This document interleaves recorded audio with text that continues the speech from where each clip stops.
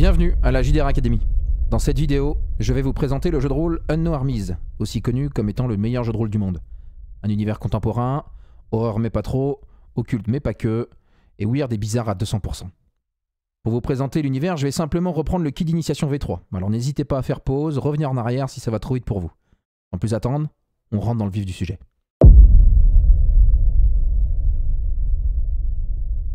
En apparence, le monde d'Unknown Armies ressemble à la réalité moderne. La même personne est le président, la plupart des émissions sont diffusées à la télévision et Internet fonctionne de la même manière. Comme chacun peut le constater. Les gens conduisent des voitures, paient des impôts et se plaignent des impasses politiques. C'est un monde où les lois physiques sont étudiées et approuvées et où les exceptions aux causes et aux effets ne sont tout simplement pas acceptées. Il semble que ce soit un monde rationnel, stable et objectif, où les coïncidences ne sont que des choses qui se produisent en même temps et non des événements influencés par des écheveaux au sens secret. Le fait que la magie n'existe pas est une grande question de confiance culturelle. Bien sûr, les gens sont libres de croire ce qu'ils veulent, mais si cela est illogique, impossible à prouver, ou manifestement faux? Et tu le sais, les putains d'adultes ne croient pas à la magie. Tu crois à la magie, ou magic, M-A-G-I-C-K dans le texte. Autrement dit, votre personnage joueur a eu des expériences personnelles avec des pouvoirs qui se moquent de la logique quotidienne tout en murmurant « comme c'est pittoresque ». Vous avez vu la science sans pantalon et vous avez réalisé qu'elle bourrait son short lorsqu'elle montait sur scène. Magic, avec un K, signifie volonté, foi, compréhension, égale réaliser votre souhait. C'est pourquoi il est orthographié différemment du mot qui indique la mise en scène pratiquée à Las Vegas et lors des fêtes d'anniversaire d'enfants.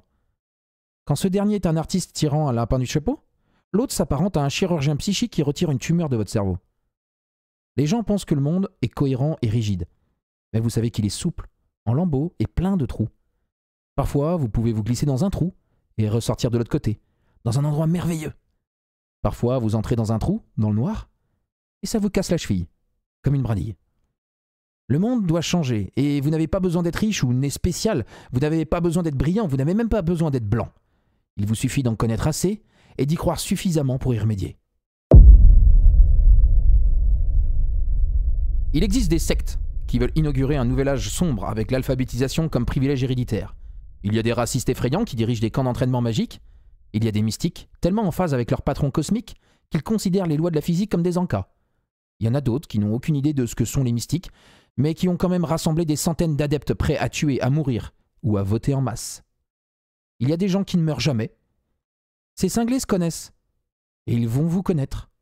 Et si vous êtes assez chanceux, endurant et dément, vous apprendrez à les connaître aussi. Il existe des centaines de types d'occultistes. Mais si vous devez les diviser en grandes catégories, la hiérarchie est déterminée par le pouvoir. Bien sûr, c'est le pouvoir. À quoi d'autre vous vous attendiez? Alors les chargeurs, les responsables, et ce n'est pas un hasard. Les charges sont le courant et la monnaie de la magie. Un chargeur est quelqu'un qui a prouvé sa capacité à donner un coup de pied dans quelque chose qui est généralement insensible à toute altération humaine, qu'il s'agisse d'une loi de la thermodynamique ou de désirs naissants enfouis au plus profond du cœur humain. Ensuite les checkers. Les expérimentateurs, des personnes qui ont vu quelque chose d'un autre monde et qui ont répondu en y prêtant attention et en se rapprochant. Rien que cela les place bien au-dessus des gens qui ignorent l'étrangeté et s'en l'éloignent instinctivement. Selon toute vraisemblance, les personnages joueurs sont des checkers. Les poneys. C'est le terme occulte actuel de mépris. Ce sont des véhicules, des comparses, des bouseux. Personne qui se respecte ne se considère comme un poney. Et le dire en face à quelqu'un est le genre d'humiliation qui peut faire rugir même une souris. Des choses invisibles et désincarnées surveillent ce monde et influencent ses trajectoires et ses progrès au plus haut niveau. Leur pouvoir est indétectable, presque. C'est si profondément ancré dans la réalité que cela ressemble à de la physique, à de la psychologie de masse ou à une bonne vieille coïncidence. Mais on peut voir leur ombre passer sur le monde, dans les rêves, dans les symboles, dans de soudains sursauts d'ordre alors que les événements devraient être chaotiques. On les appelle le clergé invisible, et même un chapeau en aluminium ne vous protégera pas. Les individus au sein du clergé invisible sont appelés des archétypes, et ils ne sont pas humains. Ils l'étaient autrefois, mais ils remplissaient si parfaitement un rôle social vaste et nécessaire qu'ils ont été arrachés au domaine vulgaire et grossier de la matière et amenés là où la probabilité devient réalité. Ce royaume supérieur est connu comme la statosphère. La façon dont cela semble fonctionner est la suivante. Si vous incarnez quelque chose que suffisamment de gens reconnaissent comme un rôle social, la mère, le chasseur, le vrai roi,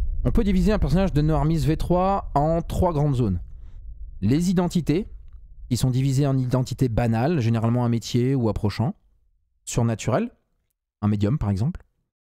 Adepte ou avatar. Elles sont chiffrées par un pourcentage et permettent d'être substituées à au moins une habilité qui peut répondre à la phrase « Bien sûr que je peux insérer une action puisque je suis insérer le nom de l'identité ». Par exemple, une identité de gardien de nuit pourrait se substituer l'habilité « Notice », remarquée en français, pour repérer des indices d'une intrusion. Chaque identité propose aussi 2 features, particularités en français, à choisir dans une liste, allant d'une nouvelle substitution à une habilité ou même à une jauge de stress, à la maîtrise d'une arme à feu, ou d'évaluer la jauge de stress d'une autre personne. Deuxième zone, l'obsession et les passions du personnage. Son obsession, c'est ce qui le fait avancer dans la vie. Et c'est une de ses identités, et pour les adeptes, c'est forcément leur école de magie. Ces passions, elles sont triples. Passion de noblesse, ce qui pousse le PJ à donner de sa personne. Passion de rage, tout est dit. Et passion de peur, qui est liée à une jauge de stress. Cette petite écharde que le MJ viendra taquiner, là, c'est juste sous votre ongle. En termes de jeu, si l'obsession rentre en cours de jeu, tu peux flip-flop ton jet autant de fois que possible par séance. Les passions, tu peux relancer ton jet et faire un flip-flop une fois par session. Troisième zone, celle des 5 jauges de stress qui comportent les habilités. Les coches d'endurcissement et de fragilisation entraînant des folies. Les jauges sont l'impuissance, l'isolation, le soi, le surnaturel et la violence. Les habilités de chacune des jauges sont inversement proportionnelles et conditionnées par votre endurcissement sur cette jauge. Qu'est-ce qu'il faut comprendre? On va prendre l'exemple de la jauge de violence. D'un côté, on a l'habilité Connect, connecté, socialement parlant, et de l'autre Struggle, lutte. Plus la jauge de violence de ton personnage monte, moins il sera affecté par des scènes de violence toujours plus intenses. Mais il s'éloignera d'autant plus de la normalité de se connecter avec autrui pour tendre vers la lutte, pour résoudre des situations pouvant générer du stress lié à la violence.